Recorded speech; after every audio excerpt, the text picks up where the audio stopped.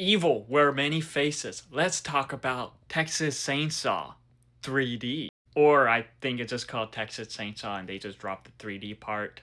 And with this Texas Chainsaw movie, it is a sequel to the original one, ignoring all of the ones after it, as the first few minutes pretty much take place right after the first one, and then there's a huge time jump, as it is about this young woman who inherits this home from an unknown relative that is like an isolated Victorian mansion, to which she embarks on this road trip with her friends to uncover her roots.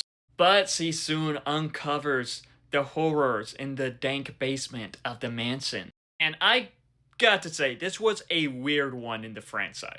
But with the cast, I thought that the cast was good for the most part, as it stars Alexandra Daddario, Scott Eastwood, Dan Yeager, Trey Songz, and lots of others.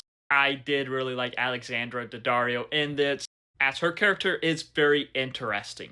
Now, minor spoilers ahead, but with her character, we see that she is actually part of the Sawyer family, a family that Leatherface is part of. And it turns out, after the events of the first film, like in the beginning of this film, there are people that go to the Sawyer house and they just pretty much massacre them, getting revenge for what happened to Sally in the first film. But what is weird about this film is that they're trying to make you sympathize for the Sawyer family. Even though they're a cannibalistic family, why is it making you sympathize for them? That makes no sense. And all of a sudden, there's just a lot more Sawyers than what was established in the first film, or what was shown in the first film. And then you have Alexandra Daddario's character finding out about her past, feeling bad about her past, while her friends got massacred by Leatherface. I'm sorry, this was kind of a dumb one, but yet fun at the same time. I do got to say, I did like how Leatherface was in this. It felt like a continuation, a good continuation to how he was established in the first film.